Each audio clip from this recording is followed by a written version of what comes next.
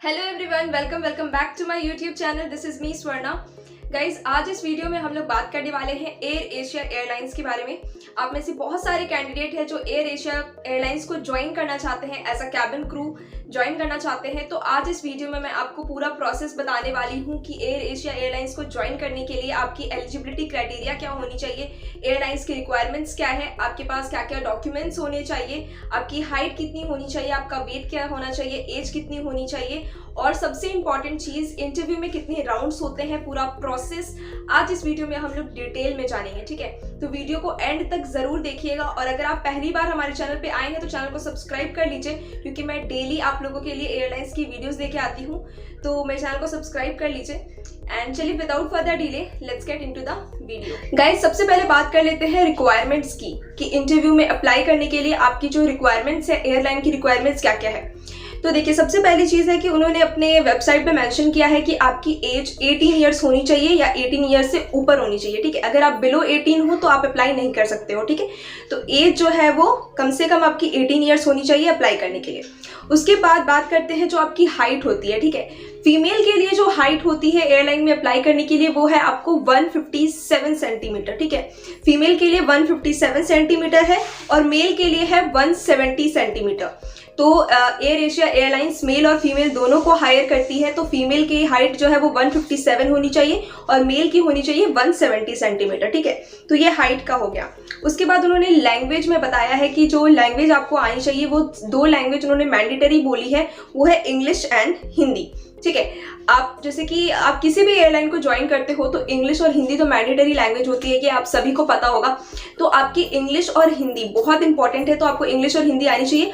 और इसके अलावा अगर आप कोई और अदर लैंग्वेज भी जानते हैं, कोई और अदर फॉरेन लैंग्वेज जानते हैं या कोई भी और अदर लैंग्वेज जानते हैं, तो आपके चांसेस सिलेक्शन के बहुत ज़्यादा बढ़ जाते हैं। तो अगर आपको हिंदी इंग्लिश आती है तब तो बहुत अच्छी बात है। इसके अलावा भी अगर कोई लैंग्वेज आती है तो आपका सिलेक्शन जो है वो और ज़्यादा आसान हो जाता है। ठीक है, उसके बाद अगर हम बात करें कि एजुकेशन, आपकी एजुकेशन कितनी होनी चाहिए अप्लाई करने के लिए, तो आप 12th पास होने चाहिए। अगर आपने अपना इंटरमीडिएट कंप्लीट कर लिया है, अपना 12th कंप्लीट कर लिया है, तो आप एलिजिबल हो एयर एशिया में अप्लाई करने के लिए। ठीक है, अगर हम बात करते हैं ग्राउंड स्टाफ की, तो देखिए ग्राउंड स्टाफ में आपकी जो एजुकेशनल क्वालिफिकेशन होती है वो ग्रेजुएट होती है। आप ग्रेजुएट होने चाहिए और कैबिन क्रू के लिए आप 12th पास हो तो आप एलिजिबल हो। ठीक है, उसके बाद एक्सपीरियंस्ड कैंडिडेट जो है, एक्सपीरियंस्ड कैंडिडेट के लिए यहाँ पे बोला गया है कि आप ग्रेजुएट हैं तो ठीक है, अगर नहीं है तो आपके पास में एक्सपीरियंस होना चाहिए। अदर एयरलाइंस में अगर आपने काम किया है तो वो एक्सपीरियंस आपको बताना होगा, अगर आप एक्सपीरियंस कैंडिडेट हो तो। ठीक है, एक्सपीरियंस नहीं हो तो कोई बात नहीं, फ्रेशर्स को और एक्सपीरियंस दोनों को एयर एशिया हायर करती है, तो कोई प्रॉब्लम नहीं है। आप दोनों एलिजिबल हो, या तो आप फ्रेशर हो या फिर आप एक्सपीरियंस्ड हो, कोई प्रॉब्लम नहीं होती है। ठीक है, इसमें उसके बाद हम बात करते हैं कि एजुकेशन के बारे में मैंने बता दिया। हाँ, उसके बाद फ्लॉलेस स्किन, ठीक है, विदाउट एक्ने मार्क्स। आपके स्किन के बारे में उन्होंने कहा है कि आपका जो स्किन है वो क्लियर होना चाहिए। ठीक है, आपका स्किन टोन मैटर नहीं करता है। मैं बार बार अपने वीडियोस में ये चीज़ आपको बताती हूँ कि स्किन टोन मैटर नहीं करता है। आप किसी भी स्किन टोन से बिलोंग करते हो, फेयर हो, डस्की हो, ब्लैक हो, डजेंट मैटर। आपका स्किन बस क्लियर होना चाहिए, मतलब स्किन पे दाग धब्बे, पिंपल्स वगैरह ज़्यादा नहीं होने चाहिए। अगर बहुत ज़्यादा है तो आप अगर मेकअप से उसको कंसील कर लेते हो तो कोई प्रॉब्लम नहीं है, लेकिन अगर मेकअप से कंसील करने के बाद भी वो बहुत ज़्यादा दिखता है तब प्रॉब्लम की बात है। ठीक है, उसके बाद no visible marks on hands and legs. आपके हाथ पैर में कोई विजिबल मार्क्स नहीं होने चाहिए। जैसे कि ये होता है ना, किसी किसी का बर्थ मार्क होता है, बहुत बड़ा होता है तो वो दिखाई देता है, तो वैसा नहीं होना चाहिए, कोई मार्क्स नहीं होने चाहिए। And most important thing, no tattoo. आपके बॉडी में कहीं पर टैटू नहीं होना चाहिए। ये हर एयरलाइंस की रिक्वायरमेंट होती है कि आपके बॉडी में कहीं पे भी टैटूज नहीं होना चाहिए। तो एयर एशिया ने भी अपने वेबसाइट पे लिखा है कि आपकी बॉडी में कहीं पे भी टैटू नहीं होना चाहिए विजिबल एरियाज में। ठीक है, उसके बाद नो ब्रेसेस। आपका टीथ जो है वो अलाइन होना चाहिए, आपने ब्रेसेस नहीं लगाया होगा। ठीक है, तो ही आप इंटरव्यू देने जा सकते हैं। अगर मान लीजिए आपके टीथ में आपने ब्रेसेस लगवाया हुआ है तो आप इंटरव्यू वाले दिन ब्रेसेस निकाल लीजिएगा, उसके बाद ही आप इंटरव्यू देने जाइएगा। ब्रेसेस के साथ कभी मत जाइएगा, क्योंकि ब्रेसेस अलाउड नहीं है। उसके बाद है कि nice healthy looking hair. Men may have long hair, understanding that they may be required to have short hair if hired. देखिए यहाँ पे उन्होंने बोला है कि आपकी जो हेयर है वो अच्छी होनी चाहिए। मतलब अच्छी होने का मतलब ये नहीं है कि मतलब नॉर्मल जो हेयर होते हैं हर लड़की लड़के के वैसे ही इन्होंने भी बताया है, लेकिन अगर लड़के हैं वो बड़े बाल रखे हुए हैं तो कोई प्रॉब्लम नहीं है, लेकिन सिलेक्शन के बाद, हायर्ड होने के बाद उन्हें अपने बाल को छोटे कराने पड़ेंगे। एयरलाइंस की जो रिक्वायरमेंट्स है उसके अकॉर्डिंग आपको अपने बाल रखने पड़ेंगे, तो इस चीज़ का आपको ध्यान रखना है, ठीक है। उसके बाद ड्रेस कोड के लिए उन्होंने यहाँ पे साफ साफ लिखा हुआ है कि males and females both have to wear office attire. जो फॉर्मल ड्रेस है आपको वही पहन के जाना है, जैसे कि ladies can wear a knee length skirt and dress with full makeup. देखिए उन्होंने बताया है लेडीज के लिए कि आपको नी लेंथ यानी कि अपने घुटने तक का आपको स्कर्ट पहनना है और ऊपर आप शर्ट पहन सकते हैं, ठीक है, शर्ट स्कर्ट पहनना है आपको। And please carry your headphone for the English test assessment. और इन्होंने अपने इस पे वेबसाइट पे साफ साफ लिख दिया है कि आप अपना हेडफोन जो होता है, ईयरफोन जो मैंने यहाँ पे लगाया हुआ है, वो आप कैरी करके ज़रूर जाइएगा, क्योंकि आपको मैं आगे बताऊंगी कि आपको ईयरफोन का क्या ज़रूरत पड़ता है, ठीक है। अभी तो आपको समझ में नहीं आ रहा होगा कि भाई हमें ईयरफोन ले जाने के लिए क्यों कहा जा रहा है, बट आगे वाला प्रोसेस में मैं आपको क्लियर बता दूंगी कि आपका ईयरफोन का ज़रूरत क्या होता है, ठीक है। तो हेडफोन भी आपको कैरी कर लेना है। उसके बाद हम बात करते हैं एलिजिबिलिटी क्राइटेरिया होगी, एजुकेशनल क्वालिफिकेशन होगा। अब हम आपको बताते हैं कि अब आपके पास में डॉक्यूमेंट्स क्या क्या होने चाहिए इंटरव्यू में अप्लाई करने के लिए। देखिए आपके पास डॉक्यूमेंट में सबसे पहला डॉक्यूमेंट आपका आधार कार्ड होता है, जो कि मैंने अपने हर वीडियोस में बताया कि आधार कार्ड मैंडेटरी होता है।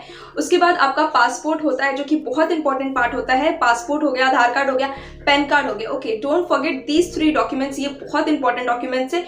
उसके बाद आपका 10th 12th का मार्कशीट, ठीक है, अपना 10th और 12th का मार्कशीट आप ले जाना मत भूलिएगा। अगर आप ग्रेजुएट हो तो आपकी ग्रेजुएशन की जो मार्कशीट होगी वो भी लेकर के जाइएगा।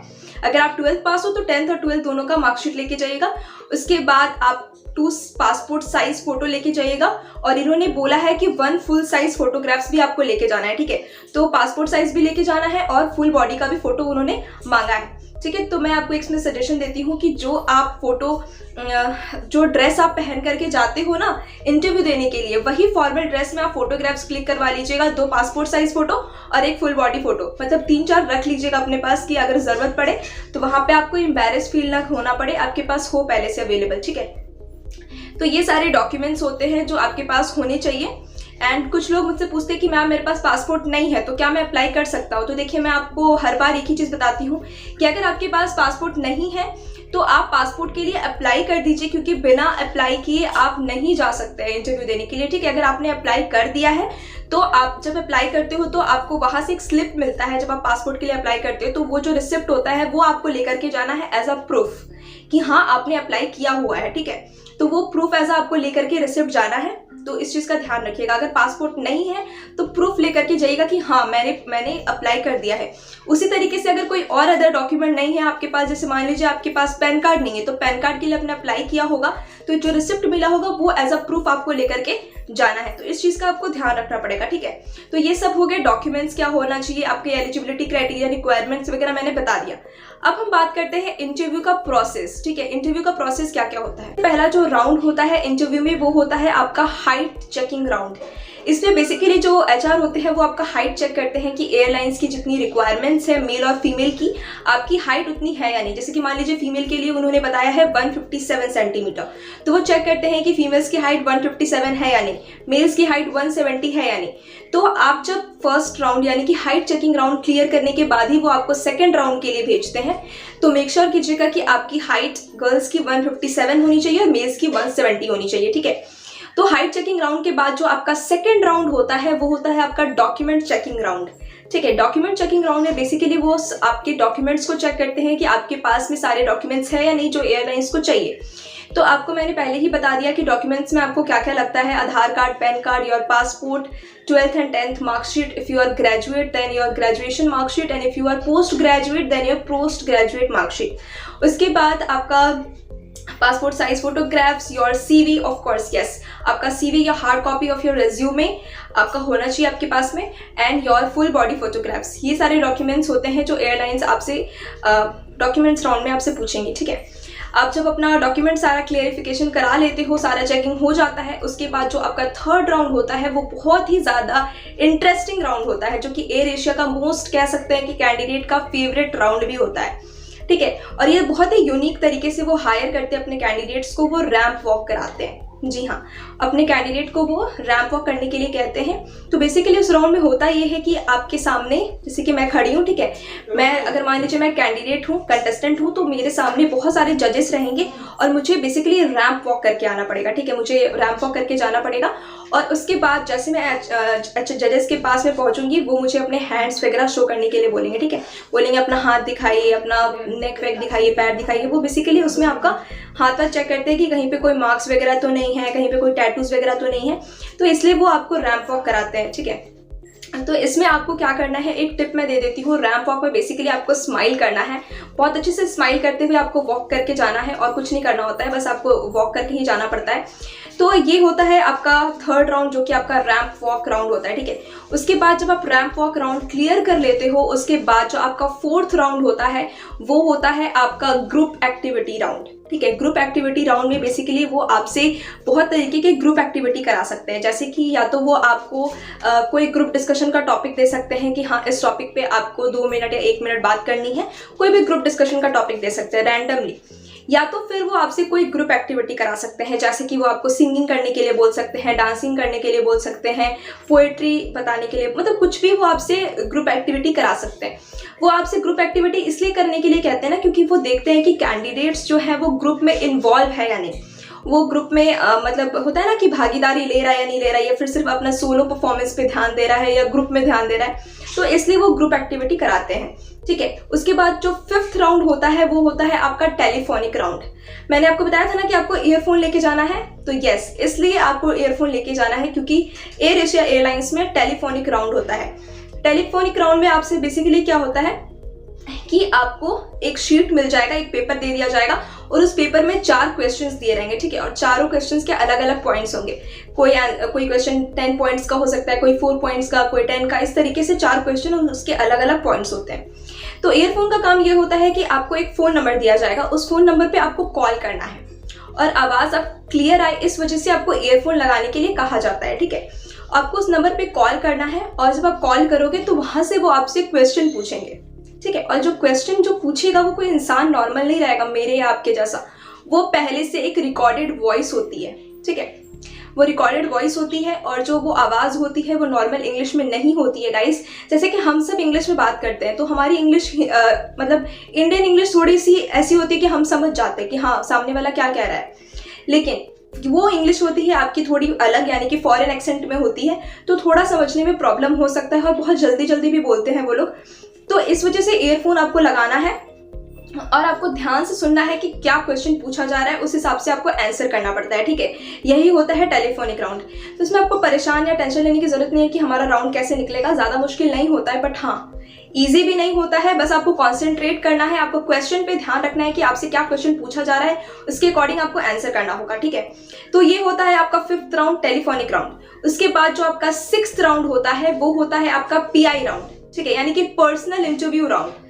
तो आप सभी को पता होगा कि PI राउंड में क्या होता है, ठीक है। आपसे क्वेश्चन पूछा जाता है अबाउट योर सेल्फ, अब अपने बारे में बताइए, about tell me something about your self, या फिर why you want to become a cabin crew, why you want to join Air Asia airlines, tell me about your favourite food और about your favourite colour और about your favourite festival. इस तरीके से वो basic question आपसे PI round में पूछते हैं, ठीक है, पर्सनल इंटरव्यू राउंड में। PI राउंड क्लियर अगर आप कर लेते हो, उसके बाद आपका लास्ट राउंड होता है जो कि आपका BMI राउंड होता है, ठीक है। आप सभी को पता है कि BMI राउंड क्या होता है, बॉडी मेजरमेंट इंडेक्स, ठीक है। BMI राउंड में बेसिकली आपका हाइट, तो वो लोग फर्स्ट राउंड में चेक कर लेते हैं, बट इसमें आपका वेट आपके हाइट के अकॉर्डिंग प्रोपोर्शनेट है या नहीं वो चेक किया जाता है, आपके बॉडी में टैटू है या नहीं वो चेक किया जाता है। आप स्टॉकिंग्स पहन के जाओगे, स्टॉकिंग्स निकालने को कहा जाएगा। आपका पैर चेक करेंगे कि पैर में कोई दाग धब्बा तो नहीं है, कहीं टैटू तो नहीं है, कोई एक्ने मार्क तो नहीं है आपकी बॉडी में। इस तरीके से वो BMI राउंड चेक करते हैं आपका, मतलब समझिए तो पूरे आपके बारे में चेक करते हैं वो, आप परफेक्ट हो या नहीं, आपका टीथ जो है वो अलाइन है या नहीं, ब्रेसेस तो नहीं लगाए हो, ये सारी चीज़ें वो BMI राउंड में चेक करते हैं, ठीक है। उसके बाद BMI जो होता है इंटरव्यू का लास्ट राउंड होता है। इसको क्लियर करने के बाद आप एलिजिबल होते हो एयरलाइन में मतलब फ्लाई करने के लिए, ठीक है। आप BMI राउंड क्लियर कर लोगे तो फिर वो आपको बोलेंगे कि येस नाउ मतलब यू आर सिलेक्टेड, ठीक है। अगर आप लास्ट राउंड क्लियर कर लेते हो तो आपको बता देंगे कि आप सिलेक्टेड हो या नहीं हो। तो ये सारी चीज़ें होती हैं इंटरव्यू में। उसके बाद आपका मेडिकल राउंड होता है जिसमें आपका मेडिकल टेस्ट करवाया जाता है, डॉक्टर्स आपको टेस्ट करते हैं, आपका ब्लड टेस्ट किया जाता है, आपका कोलेस्ट्रॉल लेवल चेक किया जाता है कि सब कुछ नॉर्मल है या नहीं, हेमोग्लोबिन नॉर्मल है या नहीं। सारी चीज़ें नॉर्मल होने के बाद वो आपको ट्रेनिंग के लिए भेजते हैं, यानी कि 3 मंथ्स का ट्रेनिंग होता है, आपको ट्रेनिंग करने के लिए भेजा जाएगा। ठीक है, तो ये सारा प्रोसेस होता है एयर एशिया एयरलाइंस का। आई होप आपको क्लियर हो चुका होगा। कोई भी डाउट होगा तो मैं हूँ आपके लिए, आपको बस कमेंट करके पूछ लेना है कि क्या डाउट है। उसके बाद छोटा सा काम करना है, चैनल को सब्सक्राइब करके वीडियो को लाइक कर दीजिएगा। मिलते हैं नेक्स्ट वीडियो में, बाय बाय।